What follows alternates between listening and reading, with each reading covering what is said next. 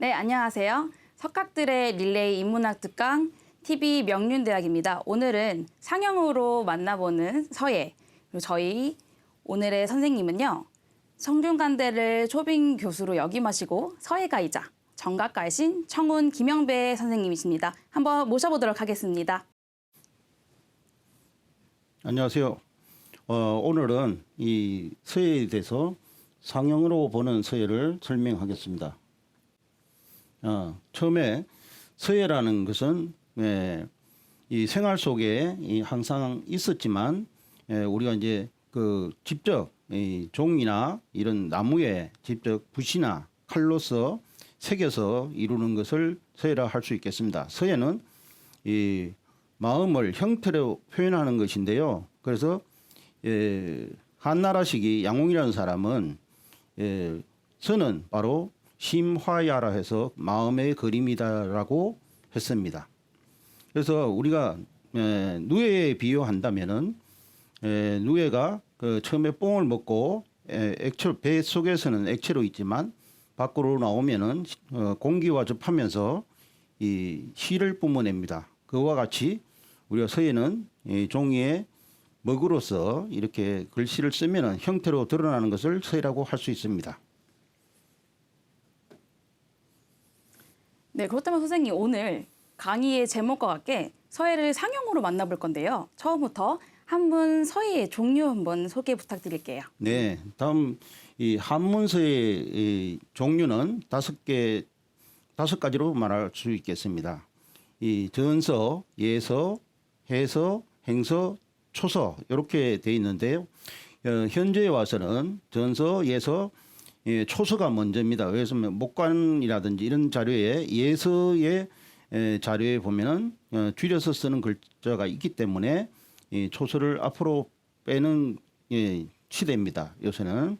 그래서 우리가 이제 전서, 예서, 초서 그리고 목관, 주관의 글씨들이 나타났기 때문에 그렇게 됩니다. 네, 그렇다면 한문서에 전서, 예서, 초서, 해서, 행서 이렇게 5가지로 있다는 말씀이신데요. 그럼 저희가 전서부터 한번 시작해 볼까요? 네, 이번에는 각골문에 대해서 제일 빠른 각골문에 대해서 말씀드리면은 각골문은 이 뼈나 그러니까 이제 소의 뼈 그리고 이 거북의 배딱지에다 쓰던 그 쇠로서 새겼던 그런 글씨입니다. 그런 글씨 쇠로서 새겼기 때문에 그때는 붓이 없는 상태에서 쇠로서 새겼습니다. 그래서 글씨가 각이 진 듯 하면서 직선으로 쓰는 그런 서체라고 볼 수 있겠습니다.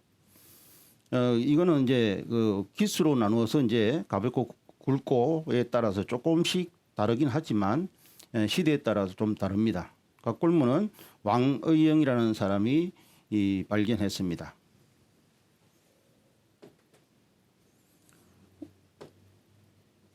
네, 그렇다면 이렇게 시대별로 각골문이 굉장히 다르고 많은데요. 다시 한번 전서의 종류를 제대로 짚고 넘어가 볼게요.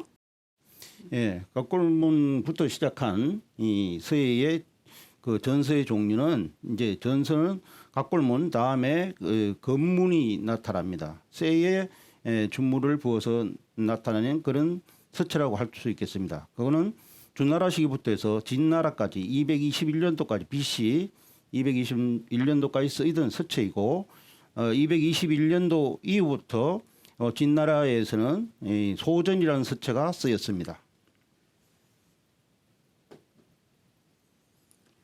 네, 그렇다면 중국의 은나라, 주대, 그때 시대의 금문으로 한번 소개 부탁드릴게요.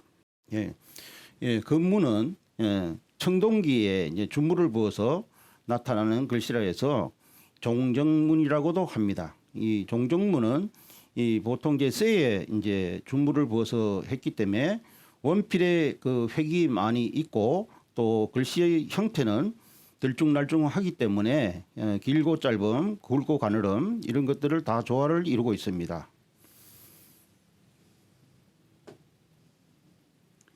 네, 금문의 전성기는 주대 시대라고 하고도 있던데 그럼 은나라 서주 금문을 한번 지켜볼게요.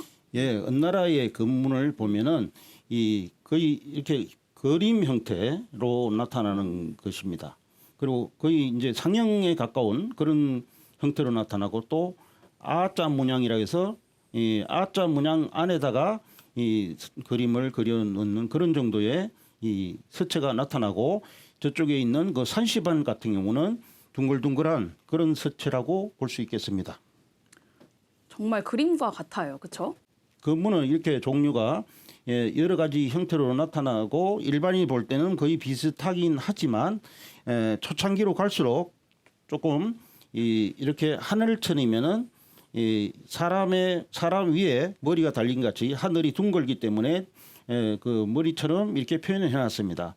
옛날에 넉사자는 이렇게 사자를 네 개의 서체로 이렇게 표현을 해놓는다든지 이렇게 해서 조금 달을 자는 완전히 달의 모습처럼 이렇게 표현을 하는 것이 많습니다.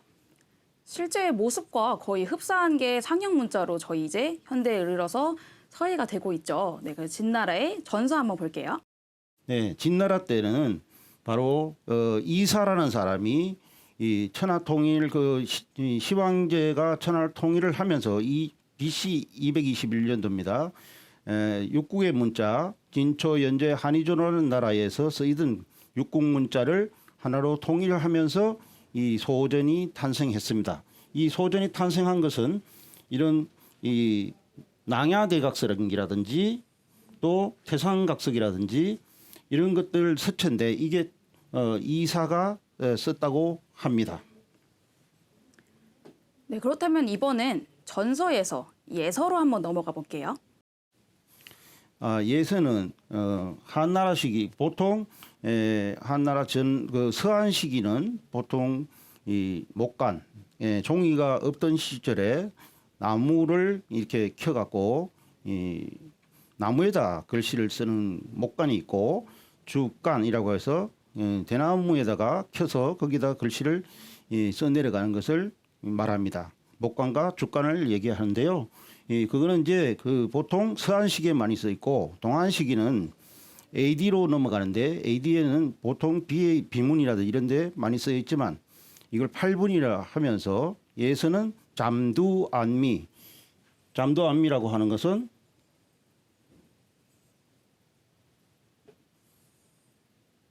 한 일자가 처음에는 여기 누의 머리와 같고 여기는 기러기 꼬리와 같아요. 그래서 기러기 안자 안미라고 쓰고 요거는 누의 잠자 잠두라고 씁니다.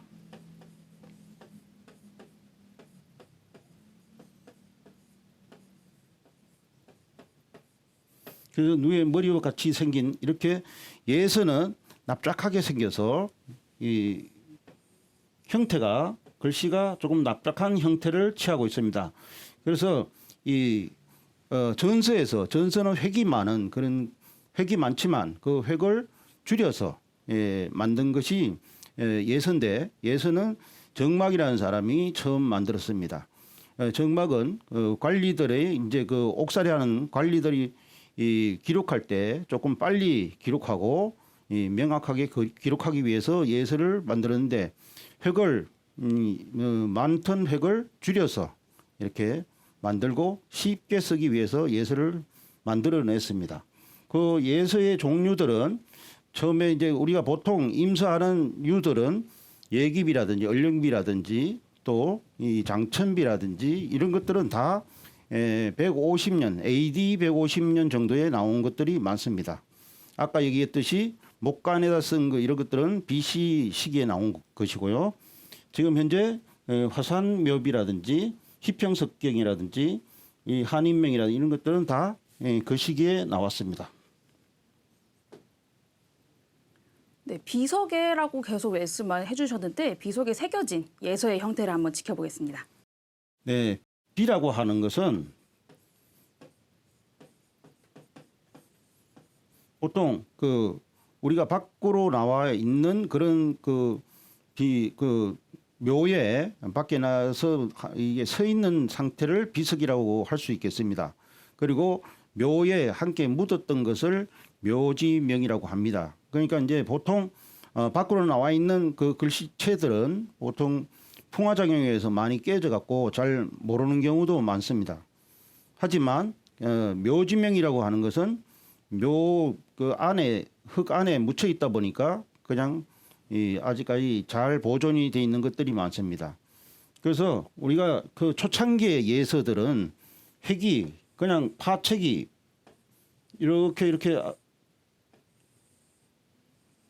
요런 것이 없고 그냥 전서의 형태처럼 이렇게 쓰는 글씨도 많습니다. 이렇게. 그래서 지금 현재 초창기에 나타난 그런 것들은 저렇게 지금 현재처럼 사상공비라든지 내우자 각석이라든지 이런 것들처럼 이렇게 나타나는 경우가 있습니다. 네, 그렇다면 아까 말씀해 주셨던 잠두함미처럼 이제 비문에 꼬리가 펴 튀어나와 있는 글씨 형태를 한번 알아보겠습니다. 네, 이제 그 다음부터는 이렇게 파책이 나오면서 8분의 형태를 취합니다. 이게 이제 그 아까 처음에 그 앞에 얘기했던 것은 이 꼬리가 없는 것들 이런 것들은 보통 고예라고 부릅니다. 고예라고 불러서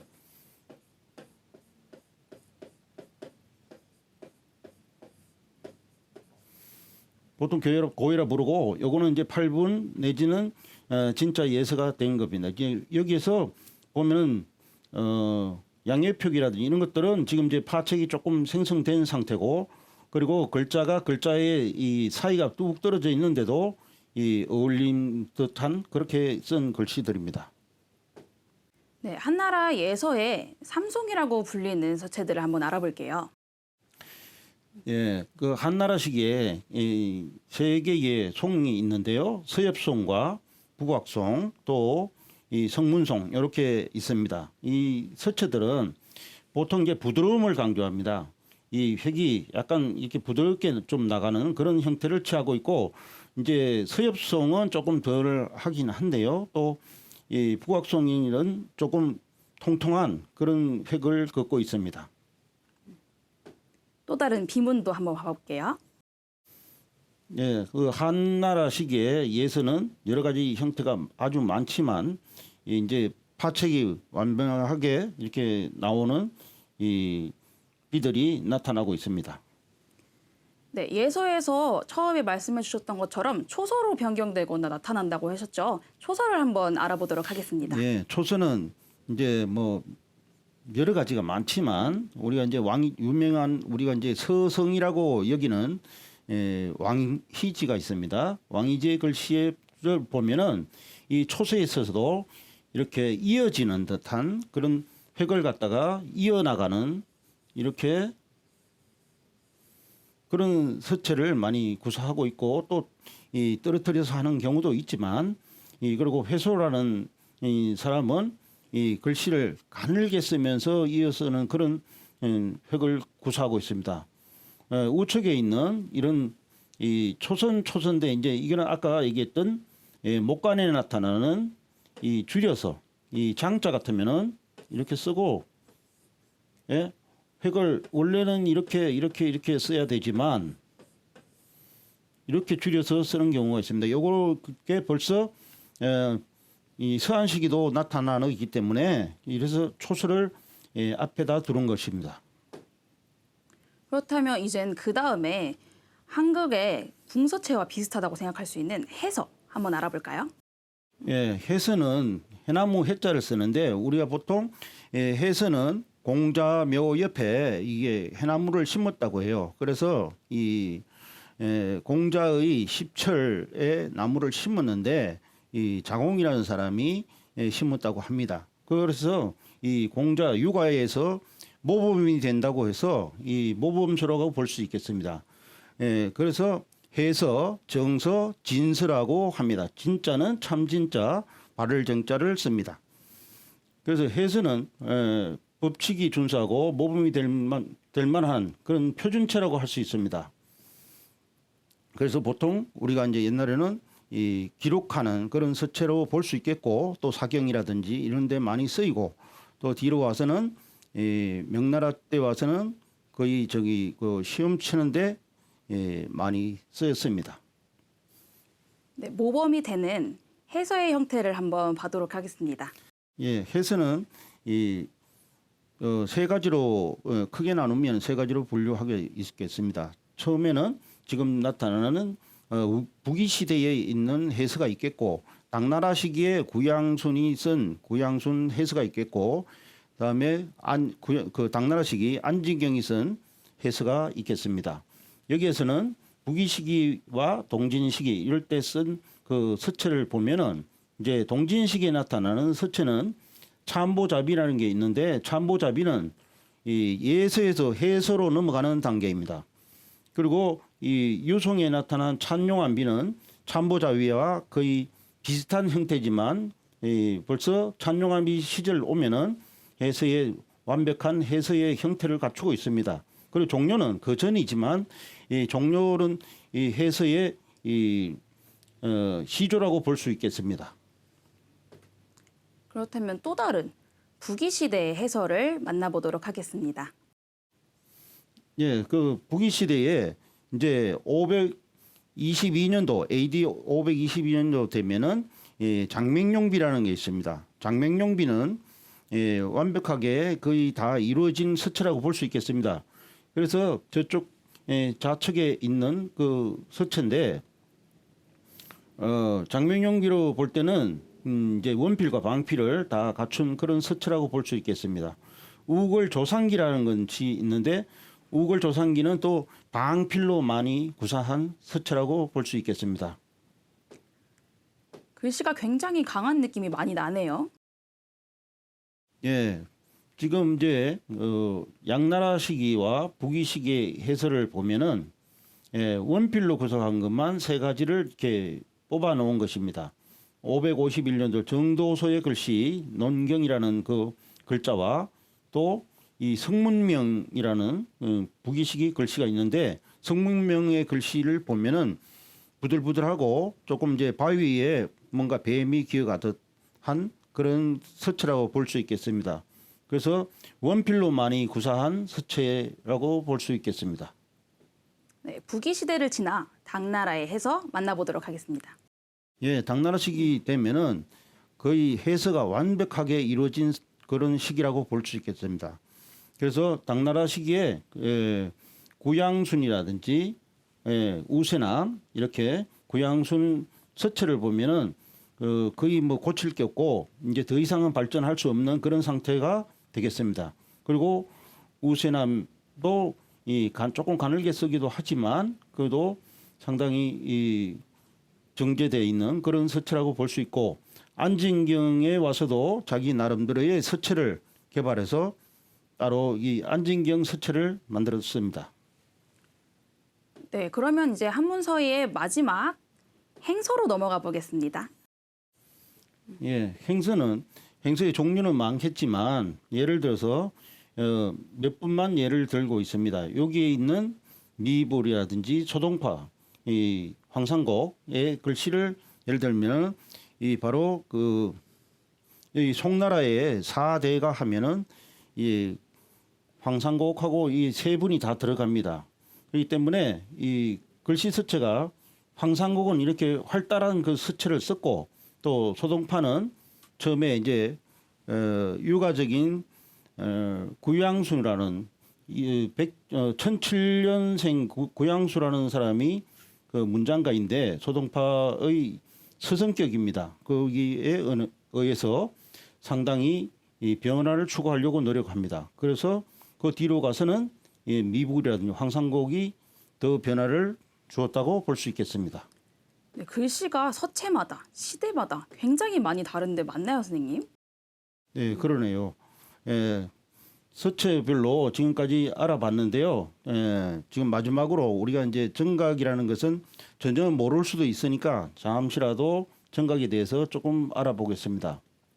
우리가 정각에 있어서는 우리가 글씨를 써놓고 글씨의 마지막에 찢는 신용으로 쓰이는 것이 바로 정각이라고 할 수 있겠습니다.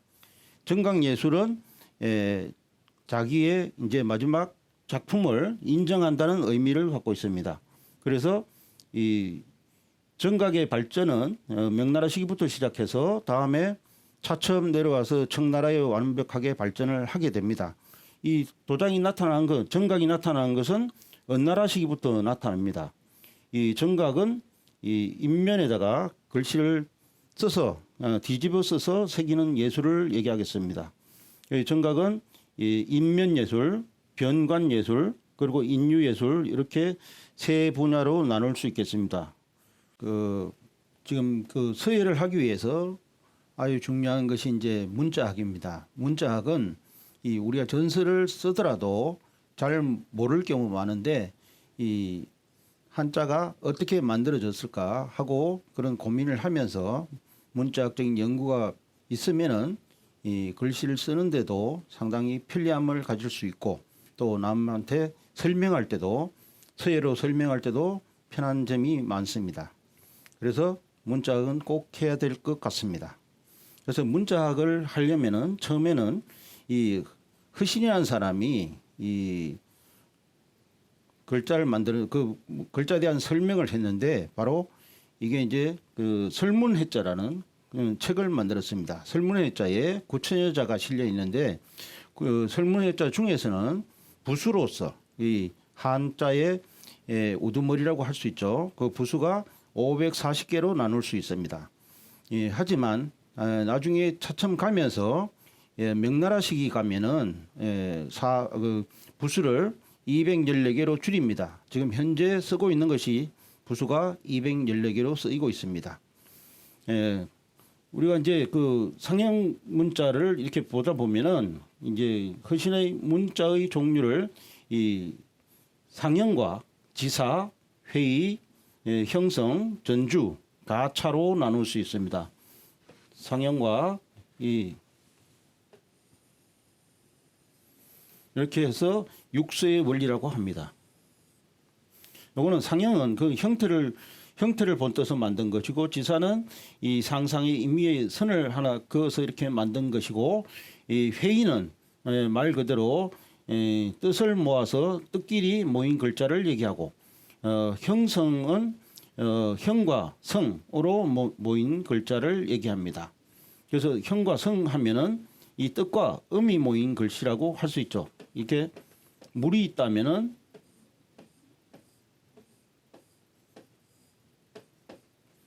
이게 물이고 물 플러스 이 풀청이 모이면은 말글청이 되듯이 이런 건 형성 문자라고 할 수 있겠습니다. 전주 문자는 이 글씨가 이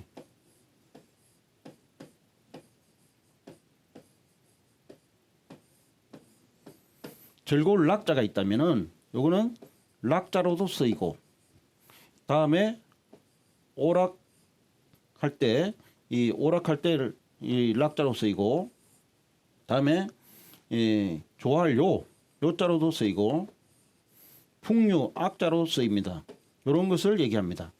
다음에는 가차 문자입니다. 가차 문자는 어떤 이 아세아라든지 이런 그 지명이라든지 이런 것들을 나라 이름이라든지 이런 것들을 쓸 때 쓰입니다. 허신의 설문해자 부수 540개의 그 전서로 써놓은 것입니다. 네, 그렇다면 선생님 저희가 한문서에 대해서 전예, 해행, 초로 다 알아봤는데요. 총적으로 다 한번 설명 쭉 부탁드려도 될까요?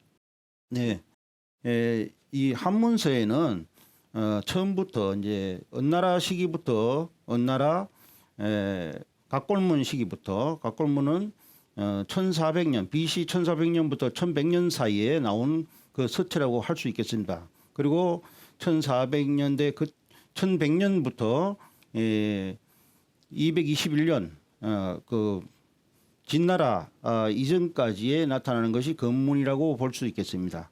그리고 221년도 진나라 시기에 쓰이던 서체가 바로 전서라고 할 수 있겠고요. 그 이후에 예서가 나타납니다. 예서 다음 해서 그리고 그 초서 이렇게 해서 다 서체가 나타나는데요. 우리는 이런 서체들을 역사별로 해서 이렇게 차례대로 공부하면 아주 좋겠습니다. 그리고 이 마무리는 도장으로 해야 되니까 정각까지 마무리하면은 더 좋을 것 같습니다. 오늘 이렇게 유림 방송에서 이렇게 초대해 주셔서 감사하고 앞으로 유림 방송이 더 나아가서 세계적인 유림 방송이 되길 바랍니다.